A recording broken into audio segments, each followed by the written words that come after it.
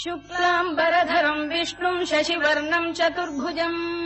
प्रसन्नवदनम् ध्यायेत् सर्वविघ्नोपशान्तये व्यासम् वसिष्ठनप्तारम् शक्तेः पौत्रमकल्मषम् पराशरात्मजम् वन्दे शुकतातम् तपोनिधिम् व्यासाय विष्णुरूपाय व्यासरूपाय विष्णवे नमो वै ब्रह्मनिधये वासिष्ठाय नमो नमः अविकाराय शुद्धाय नित्याय परमात्मने सदैकरूपरूपाय विष्णवे सर्वजिष्णवे यस्य स्मरणमात्रेण जन्म संसारबन्धनात् विमुच्यते नमस्तस्मै विष्णवे प्रभविष्णवे ओम् नमो विष्णवे प्रभविष्णवे श्रीवैशम्पायन उवाच श्रुत्वा धर्मानशेषेण पावनानि च सर्वशः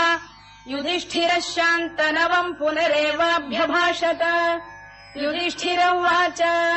किमेकम् दैवतम् लोके किम् वाप्येकम् परायणम् स्तुवन्तः कङ्कमर्चन्तः प्राप्नुयुर्मानवा शुभम्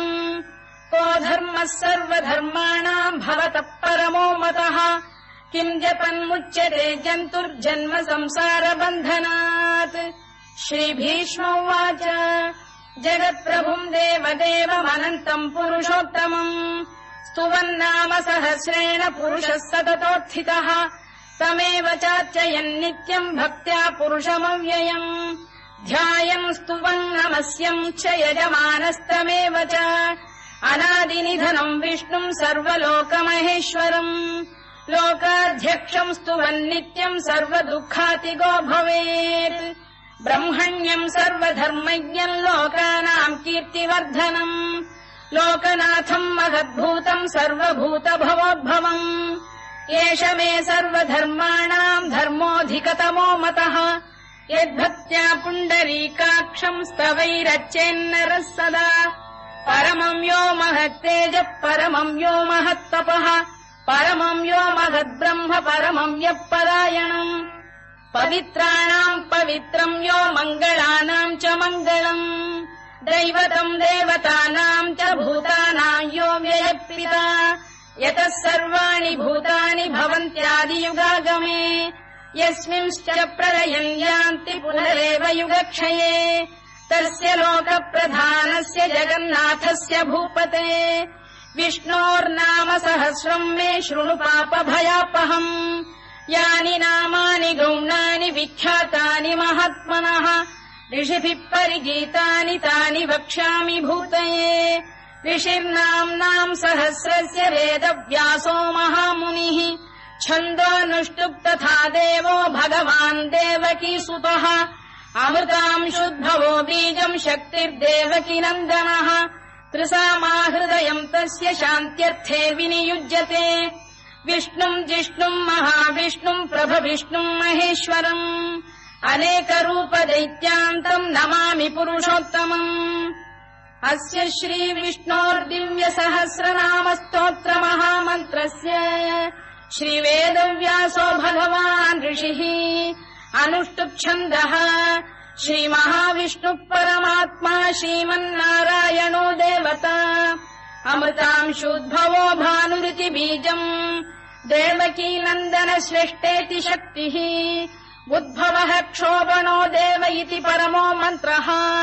शङ्खबृन्नन्दकी चक्रीति कीलकम् शार्ङ्गधन्वा गदाधर इत्यस्त्रम् रथाङ्गपाणिरक्षोभ्य इति नेत्रम्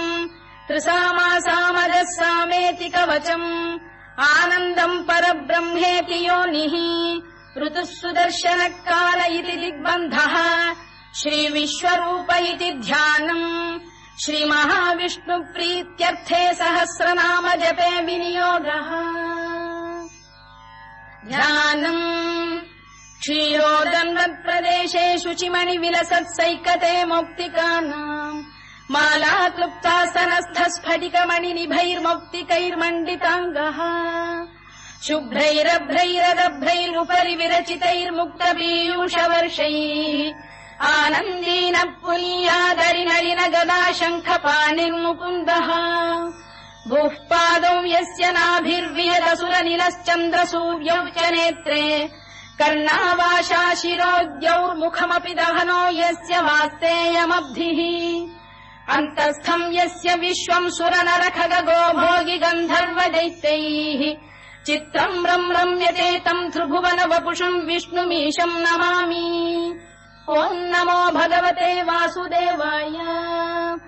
शान्ताकारम् भुजगशयनम् पद्मनाभम् सुरेशम् विश्वाधारम् गगनसदृशम् मेघवर्णम् शुभाङ्गम्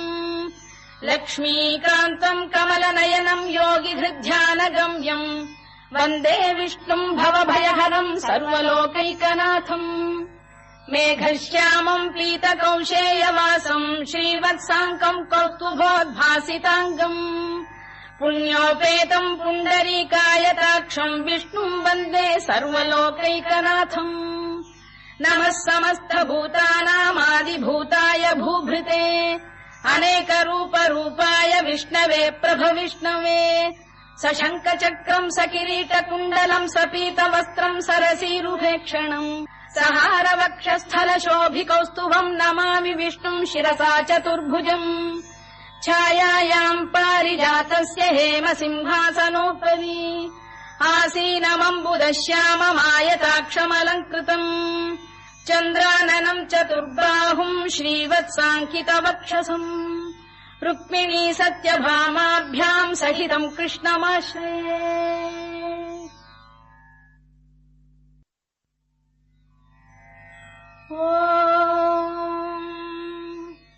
विश्वम् विष्णुर्वषत्कारो भूतभव्यभवत्प्रभुः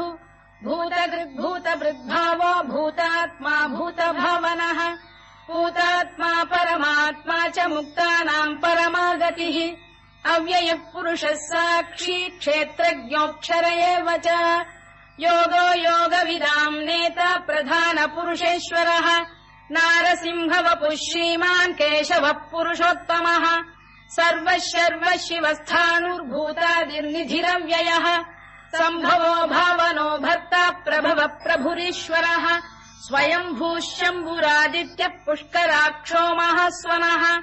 अनादिनिधनो धाता विधाता धातुरुत्तमः अप्रमेयो ऋषिकेशः पद्मनाभोऽमरप्रभुः विश्वकर्मा मनुस्पष्टा स्थविष्ठस्थविरो ध्रुवः अग्राह्यः शाश्वतः कृष्णो लोहिताक्षप्रदर्दनः प्रभूतस्त्रिककुब्धाम पवित्रम् मङ्गलम् परम् ईशान प्राणद प्राणो ज्येष्ठः श्रेष्ठः प्रजापतिः हिरण्यगर्भो भूगर्भो माधवो मधुसूदनः ईश्वरो विक्रमी धन्वी मेधावी विक्रमक्रमः अनुत्तमो दुराधर्ष्य कृतज्ञ कृतिरात्मवान् सुरेशः शरणम् शर्म विश्वरेता प्रजाभवः अधः संवत्सरो व्यालप्रत्ययः सर्वदर्शनः अजः सर्वेश्वरः सिद्धः सिद्धिः सर्वादिरच्युतः वृषाकपिरमेयात्मा सर्वयोगविनिसृतः वसुर्वसुमनः सत्यः समात्मा संमितः समः अमोघः पुण्डरीकाक्षो वृषकर्मा वृषाकृतिः रुद्रो बहुशिरा बभ्रुर्विश्वयोनिः शुचिश्रवाः अमृतः शाश्वतस्थाणुर्वरारोहो महातपाः सर्वगः सर्वविद्भानुर्विश्वक्सेनो जनार्दनः वेदो वेदविदव्यङ्गो वेदाङ्गो वेदवित्कविः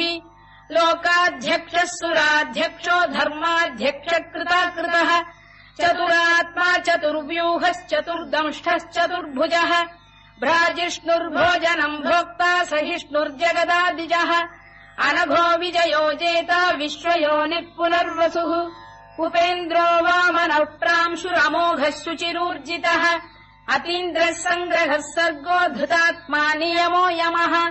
वेद्यो वैद्यः सदा योगी वीरः माधवो मधुः अतीन्द्रियो महामायो महोत्साहो महाबलः महाबुद्धिर्महावीर्यो महाशक्तिर्महाद्युतिः अनिर्देश्य वपुः श्रीमान् अमे आत्मा महादृधृत्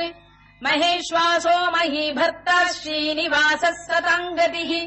अनिरुद्धः सुरानन्दो गोविन्दो गोविदाम्पतिः